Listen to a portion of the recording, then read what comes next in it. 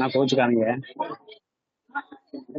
பொன்னமராவதி அருகே இல்லனிப்பட்டி அருள்மிகு ஸ்ரீ ஜோதி விநாயகர் திருக்கோவிலின் மகா கும்பாபிஷேக விழா தற்பொழுது வெகு விமர்சையாக நடைபெற்றுள்ளது. மேலும் இங்கு மழை வளம் வேண்டியும் விவசாயம் செழிக்கவும் வேண்டி வேப்பமரம் மற்றும் அரச மரத்திற்கு திருமண வைபோகம் வெகு விமர்சையாக நடைபெற்றது.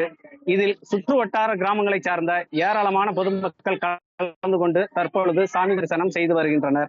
புதுக்கோட்டை மாவட்டம் பொன்னமராவதி அருகே உள்ள இல்லனிப்பட்டி கிராமத்தில் அமைந்துள்ள அருள்மிகு ஸ்ரீ ஜோதி விநாயகர் திருக்கோவிலின் மகா கும்பாபிஷேக விழா தற்பொழுது வெகு விமர்சையாக நடைபெற்றது.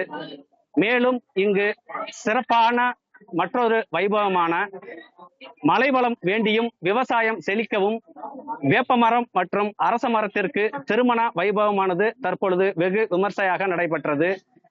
முன்னதாக பல்வேறு புனித தலங்களில் இருந்து கொண்டு வரப்பட்ட புனித நீர் யாகசாலையில் வைத்து பூஜை செய்யப்பட்டது. பின்பு பூஜை செய்யப்பட்ட புனித நீரானது பல்வேறு கால யாக பூஜைகளுக்கு இடையே சிவாச்சாரியார்கள் அப்புனித நீரை தலையில் சுமந்தவாறு கோவிலை சுற்றி வலம் வந்தனர். கோவிலை சுற்றி கருட பகவான் வட்டமிட்ட பிறகு அப்புனித நீரானது கோவில் கும்பத்தின் மீது ஊற்றப்பட்டது. மேலும் அப்புனித நீரானது இங்கு வந்திருந்த பொதுமக்கள் மற்றும் பக்தர்களுக்கு தெளிக்கப்பட்டு தீப ஆராதனைகள் காண்பிக்கப்பட்டது. மேலும் சுவாமிக்கு பல்வேறு அபிஷேக ஆராதனைகள் நடைபெற்றன.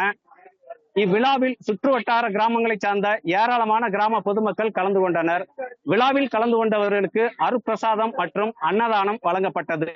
விழாவின் பாதுகாப்பு ஏற்பாடுகளை காரையூர் காவல்துறையினர் செய்திருந்தனர் என்பது குறிப்பிடத்தக்கது. தற்பொழுது இல்லனிப்பட்டி கிராமத்திலிருந்து வின் நியூஸ் செய்திகளுக்காக செய்தியாளர் பாண்டித்துரை.